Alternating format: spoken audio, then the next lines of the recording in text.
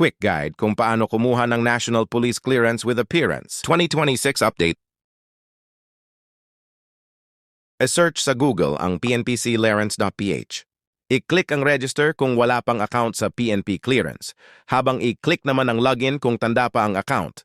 Pagkatapos sundin lamang ang instructions na ito, ilagay ang active email account at hanggat maaari ay gumawa ng sariling password upang makapasok agad sa registration, at kung wala ka namang active email account ay pwede kang gumawa sa mismong site. I-encode ang pangalan, gitnang pangalan, at apelyido, qualifier at birth date. Pagkatapos ay i-click ang register.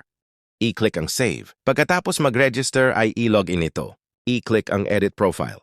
Pagkatapos ay fill out ang lahat ng may pulang asterisk. At kung ikaw ay isang first-time job seeker o di kaya'y PWD, ay i-click lamang ang checkbox.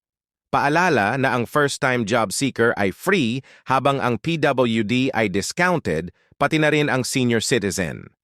Pagkatapos ay i-click ang Save Profile. Pindutin ang Clearance Application. Piliin ang General kung ito ay gagamitin sa pangkalahatang purpose. At piliin ang police station na malapit sa area mo o di kaya'y dito sa Santo Tomas, MPS Batangas PPO. Pumili ng appointment date at i-click ang Next. I-click ang Land Bank of the Phils at i-click ang Next. I-click ang More Payment Options. I-click ang payment mode na ito. I-click ang Cash Payment and GCash, Maya, ShopeePay, and GrabPay via MYEG. I-type ang CAPTCHA challenge at i-check ang checkbox ng Terms and Conditions at i-click ang Continue. Piliin ang GCash if through GCash ka magbabayad.